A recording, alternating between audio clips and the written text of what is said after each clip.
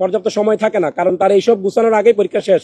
আর পুরাতন শিক্ষার্থীর জন্য এটা একটা খুবই সুন্দর একটা কোটা সুবিধার মতো কাজ করেন, কারণ তিনি তার আগের বছরে 1.5 বছর সময় পেয়েছেন প্রিপারেশন নেওয়ার জন্য, মাত্র 3 মাস আগে একটা লিখিত পরীক্ষা দিয়ে এসেছেন। তো উনি এখন যদি আরেকটা লিখিত পরীক্ষায় বসেন, উনি অবশ্যই আমাদের চেয়ে 1000 গুণে এগিয়ে থাকবেন এবং আমরা কোনো ধরনের প্রতিযোগিতাই করতে পারবো না। এই যে আমাদের প্রতি একটা জুলুম হচ্ছিল, আমরা অভ্যুত্থানের পরে প্রথম একটা লিখিত বিসিএস ব্যাচ ছিলাম, আমরাই প্রথম একটা সাধারণ ব্যাচ ছিলাম, অন্য 2টা বিসিএস পরীক্ষা ছিল যেগুলো বিশেষ বিসিএস। তো সেখানে আমাদের সাধারণ শিক্ষার্থীর কোনো অংশগ্রহণ ছিল না। তো আমাদের এই মাত্র প্রথম বিসিএস ছিল এই সরকারের আমলে। তো ওইটাতে আমরা এরকম একটা বৈষম্য ছিল বলে আমরা সরকারের তরফ থেকে বারবার জানিয়েছি সরকারকে যে এটার একটা প্রতিকার করেন, আমাদের জুলুম থেকে বাঁচান, আমরা একটু সময় চাই, আর কিছু না ভাই, আমরা একটু সময় চাই মেধার পরিচয় দেওয়ার জন্য। আমরা বলি না যে আমাদের কোনো গ্রেড বাড়াতে, লবিং করে চাকরি দিতে বা কোনো একটা কষ্ট কমায় দিতে, আমরা জাস্ট বলেছি আমাদেরকে কষ্ট করতে রাজি আছি, একটু সময় দেন, আমরা যেন প্রতিযোগিতা করে আমাদের স্বপ্নটা বাঁচায় রাখি। কারণ এখানে আমাদের প্রত্যেকটা শিক্ষার্থী মানে তার সাথে তার পরিবার, তার সমাজ এবং তার স্কুল কলেজ সবাই তাকাই থাকে যে না সে প্রিলি পাস করেছে মানে সে লিখিত পাস করে সে ক্যাডার হয়ে আসবে। অনেকে তো জানে না পরের ধাপে যে একটা কঠিন ধাপ আছে লিখিত পরীক্ষাটাই আসল, এবং সেখানে যেরকম একটা রাজনৈতিক হিসাব নিকাশ এবং কিছু কিছু ব্যক্তি, আমাদের চেয়ারম্যান স্যারের ব্যক্তিগত স্বপ্ন যে ক্যালেন্ডার ইয়ারের বিসিএস উনি করবেন, কিন্তু উনি করতে গিয়ে এটা চিন্তা করা দরকার ছিল যেটা একটা অভ্যুত্থানের পরের বছর উনি 6-7টা ব্যাচকে এবছর ডিল করেছেন এবং সামনে একটা নির্বাচনকালীন বছর, উনি যে ক্যালেন্ডার ইয়ার শুরু করবেন এই নির্বাচনকালীন বছরে অনির্দিষ্ট সময় থাকবে, দেশের পরিস্থিতি অস্বাভাবিক থাকতেও পারে এবং উনি ওনার চেয়ারে থাকবেন কিনা সেটাও নির্দিষ্ট না। তো ওনাকে এই বছরটা অবজারভেশনে রেখে উনি আমাদেরকে সাথে নিয়ে এই ব্যাচটাকে জবাই না করে, স্যাক্রিফাইস না করে, ওনার মুখ দিয়ে উনি বলেছেন যে এই ব্যাচটাকে স্যাক্রিফাইস করতে হবে। ইভেন আমরা সরকারের মহল থেকেও গিয়ে বারবার শুনেছি সামনে একটা রাজনৈতিক দল ক্ষমতায় আসবে, তারা এখানে অনেক কিছু করতে পারে, তো এই সরকারের আমলে আমরা একটা পরীক্ষাটা নিয়ে নিব, তোমরা স্যাক্রিফাইস হয়ে যাও, কিছু করার নাই। তো ওনাদের যে কয়জনকে ক্যাডার লাগে সেজনকে নিয়ে যেতে পারলে হয়। আমরা এটা আশঙ্কা করতেছি উপদেষ্টা, ছাত্র উপদেষ্টাদের কোনো বন্ধু বান্ধব ওনাদেরকে অনেক রিকোয়েস্ট করেছে পরীক্ষাটা এই তাড়াতাড়ি নিয়ে নেওয়ার জন্য। এখন তাদের কোনো হিসাব নিকাশ আছে কিনা আমরা জানি না সুনির্দিষ্টভাবে, কিন্তু আমরা এটা নিয়ে আশঙ্কা করি এবং এইভাবে জিনিসটা ডিজাইন করে একাধিক পক্ষ একমত হয়ে আমাদের সাথে একটা জুলুম করলো। আমরা এটার প্রতিবাদ জানিয়েছি। আমরা পড়ার টেবিল থেকে বসুন্ধরা ট্যাবলেট এখন আরো উন্নত। এই হট এয়ার থ্রো টপ শীত দ্রুত শোষণ করে সোনামণিকে দেয় কোমল অনুভূতি। নিরীহ শিক্ষার্থীরা আমরা রাজপথে নেমে এসেছি, আমরা মার খেয়েছি, আমাদের প্রায় 40 থেকে 50 জন খুবই আহত।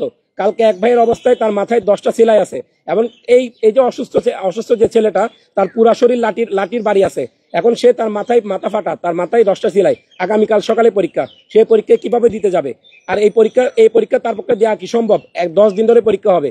তো এই যে একটা শিক্ষার্থীকে তারা মেরে পরীক্ষার হল থেকে আগে বের করে দিল, তাকে দেখার জন্য সরকারের তরফ থেকে বা পিএসসির তরফ থেকে কেউ দেখতে আসেনি। তাদের কথা হচ্ছে তারা পরীক্ষা নিবে, তাদের যারা প্রিয় ছাত্র যাদেরকে নিয়ে তারা এই পরীক্ষাটা অ্যারেঞ্জমেন্ট করতে চায় তারা থাকলে হইলো। আমরা যে পরীক্ষা বর্জন করব এই কর্মসূচি দিয়েছি, এটা নিয়ে তারা কোনো ধরনের উদ্বেগ জানায়নি এবং এটা নিয়ে তারা কোনো আগ্রহ দেখায়নি যে না তোমরাও পরীক্ষা দিতে আসো, আমরা সমাধান করি, বাট তারা কোনো আগ্রহ দেখায়নি। তো আমরা আজকে সকালেও একটা প্রোগ্রাম দিতাম, আমাদেরকে পুলিশের তরফ থেকে আমাদেরকে মিসগাইড করা হয়েছে। কালকে আমরা আন্দোলন করতে করতে 2-4 জন কিন্তু নিজেদেরকে আত্মহত্যা দেওয়ার কথা চিন্তা করেছেন যে না সে বোয়া জিয়ার মতো করে সে প্রতিবাদ করতে গিয়ে নিজেকে আত্মহত্যা দিয়ে দেশের সামনে, ছাত্র সমাজের সামনে একটা প্রতিবাদী চরিত্র তুলে ধরার চেষ্টা করেছিলেন, কিন্তু ওইখানে পুলিশ তাকে মিসগাইড করে পরবর্তীতে রাতে তাকে আমাদেরকে জানানো হয় যে এটা সকালে সমাধান হবে, পিএসসি থেকে মিটিং করে সকালে একটা নতুন রুটিন আসবে, এইভাবে আমাদেরকে আশ্বস্ত করে রাতে বাসায় পাঠায়। আমরা সকাল পর্যন্ত অপেক্ষা করি, সবাই মনে করেছেন যে না আজকে রুটিন পরিবর্তন হয়ে যাবে, কিন্তু আমরা দেখলাম দুপুর পার হওয়ার পরে এটা একটা ধোঁকা ছিল। এগুলো আমরা একটা সকালে একটা উপদেষ্টার সাথে দেখা করতে যাই, উনিও বলছেন দেখবেন, আমরা দেখতেছি এটা নিয়ে কথা বলতেছি, তোমাদের এই মুজিববাদী আন্দোলন করার দরকার নেই। আমরা তো কোনো মুজিববাদী আন্দোলন করতেছি না, আমাদের আন্দোলনে কি কোনো রাজনৈতিক স্লোগান ছিল?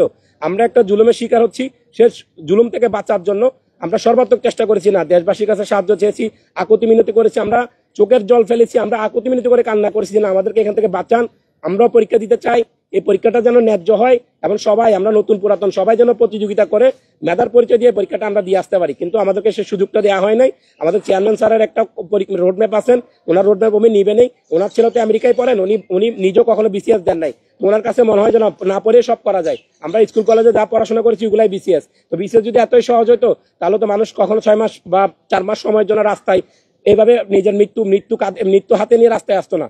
উনি এতটুকু বোধগম্য ওনার ছিল না, উনি তো ওনার অ্যারোগ্যান্সটা উনি ধরে রেখেছেন এবং উনি আমাদেরকে পরাজিত করেছেন। আমরা হেরে গিয়েছি, আমরা ওনাদের কাছে, ওনার শক্তির কাছে, পুলিশের লাঠির বাড়ির কাছে এবং ওনার যে অহংকারের কাছে এবং সরকারের রাজনৈতিক হিসাব নিকাশের কাছে আমরা হেরে গিয়েছি। আমরা যারা এই যে কয়জন মধ্যবিত্ত পরিবারের সন্তান, আমরা যে কয়জন এই পরীক্ষা দিতে পারবো না, আমরা বর্জন করলাম এই পরীক্ষা।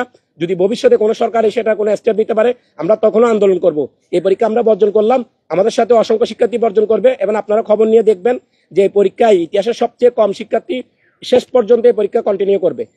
আপনারা, আমি বললাম আপনারা এটা পরীক্ষা শেষে একটা জরিপ করে দেখবেন আগের পরীক্ষা শেষ পর্যন্ত কতজন কন্টিনিউ করতো, আর এই যে একটা প্রহসনের পরীক্ষা এবং একটা যে রাজনৈতিক হিসাব নিকাশের পরীক্ষা, একটা যে বৈষম্যমূলক পরীক্ষা, অবাস্তবিক এবং অযৌক্তিক একটা রুটিন দিয়ে যে পরীক্ষা নিচ্ছেন, সেই পরীক্ষায় কত পার্সেন্ট শিক্ষার্থী শেষ পর্যন্ত কন্টিনিউ করেছেন এটা নিয়ে দেখবেন যে ইতিহাসে সবচেয়ে একটা কম সংখ্যক শিক্ষার্থী এই পরীক্ষা অংশগ্রহণ করেছেন।